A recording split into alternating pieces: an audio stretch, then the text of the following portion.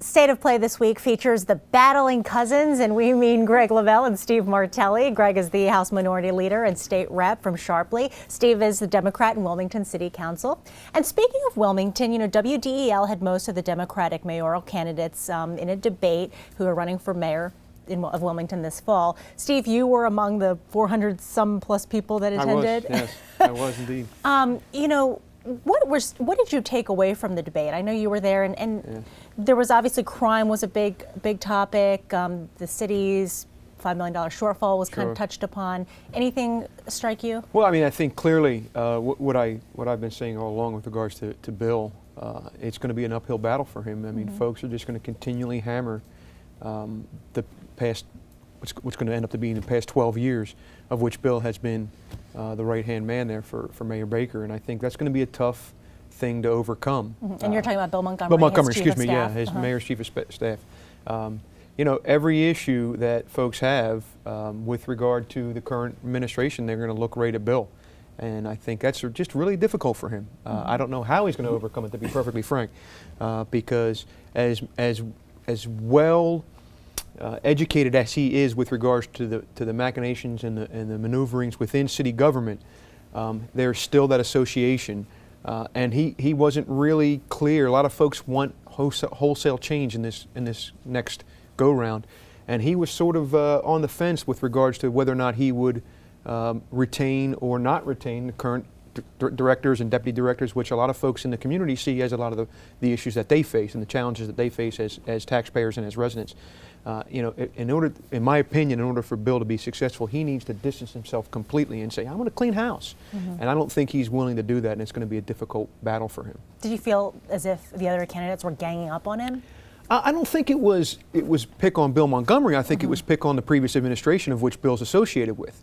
I don't think it was, you know, I'm going to go after Bill Montgomery like if they all decided they're going to go after Kevin Kelly or go after Dennis Williams. I didn't get that sense. I just thought that what the overall theme of this election is folks are just tired of the last 12 years. I think to be fair to the administration, probably the last 4 years than anything else, and they want change. And unfortunately, Bill's going to be associated with that. Did you find that there was a clear-cut winner of the debate? I didn't see one. I thought a lot of them had some really points that stood out where they outshone the other ones on certain things. At some point it got a little heated, a little animated, which is always nice. It's spirited debate is always good, as long as it stays on topic and on focus and doesn't take personal jabs. But I thought that each one, for the most part, I thought each candidate had a really good part in of themselves, but I really didn't see an overall clear winner in my opinion. Okay. Greg, you know, the governor's come out with a spending plan. It calls for 1% more spending than last year. Do you see any flaws with that right off the top? Well, not off the top. I mean, I'm glad to see that there's no tax increases, no fee increases, so that's all good stuff. And it's an election year, so you wouldn't anticipate to have that.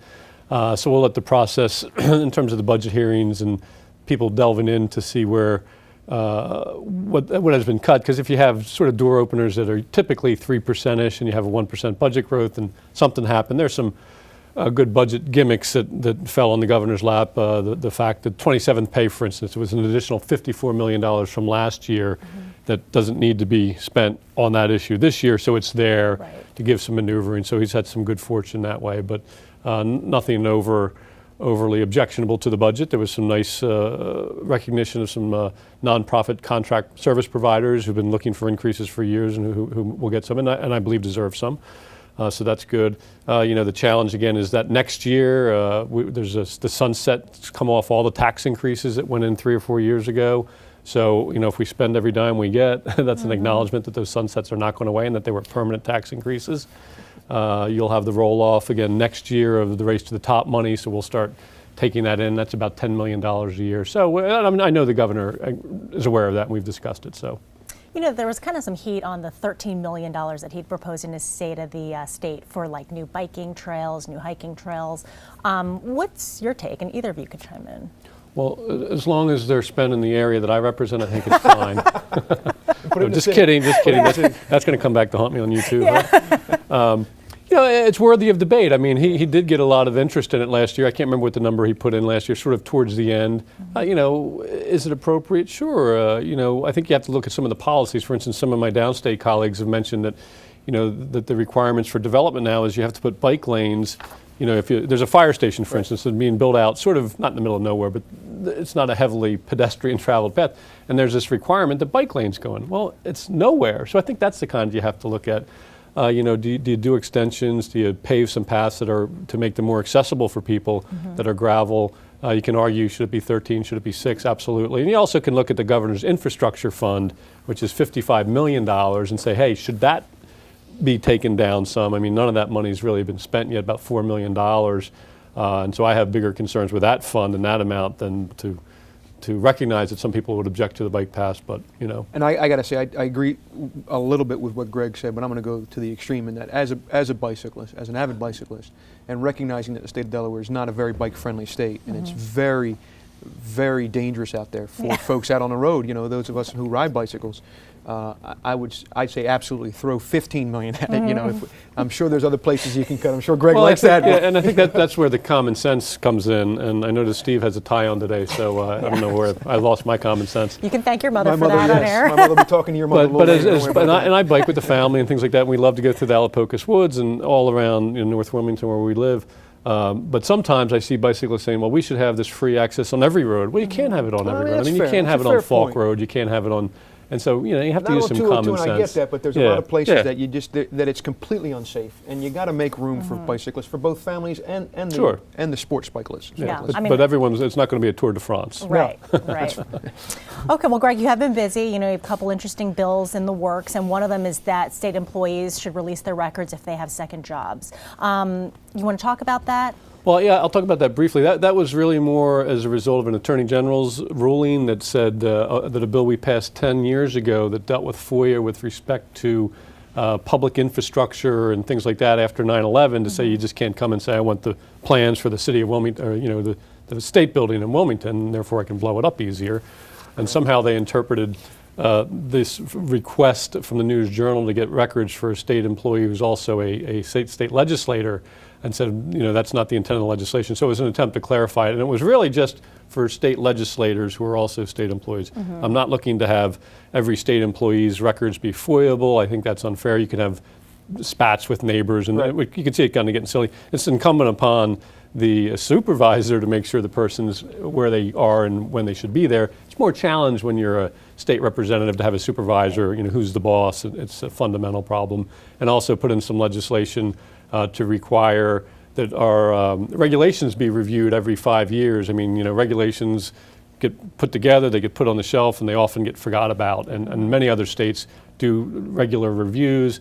Happy to say that the governor was interested in seeing how we can put that together. If it's not my mousetrap, I'm happy to look at his in terms of triggers and how often you do it and things like that. So that's a couple of things I've been working on. All right. Well, and then Wilmington, you know, we had this whole parking ticket gate saga that went on. You know, do you think Wilmington is a safe place to park now? And was it a system that was broken and needed to be fixed? I think, to answer the last part, I think absolutely needed to be fixed. I think that for me, what bothers me the most, and I think what bothers other council members the most, is that this is something that we've been complaining about as council members to the administration, is the aggressive enforcement of these parking policies. And for 3.5 years, nothing was done. But somebody puts it on the internet, and all of a sudden, it needs immediate attention. So you know, it just goes to show the power of this media and everything else. But you know, there used to be a mentality among the prios and folks in the city that recognized that parking in the city is a challenge. So if maybe if you're 15 feet within a crosswalk in a residential area, you're going to let that slide because you recognize that the block's completely filled up, and this is someone who lives in that neighborhood. If that car's parked there at 2 o'clock in the morning, it's 3 o'clock in the morning. There was certainly aggressive enforcement of existing parking policies that was just counterproductive to everything that we were trying to do from an economic development standpoint. It was counterproductive to everything we were trying to do to bring residents into the city.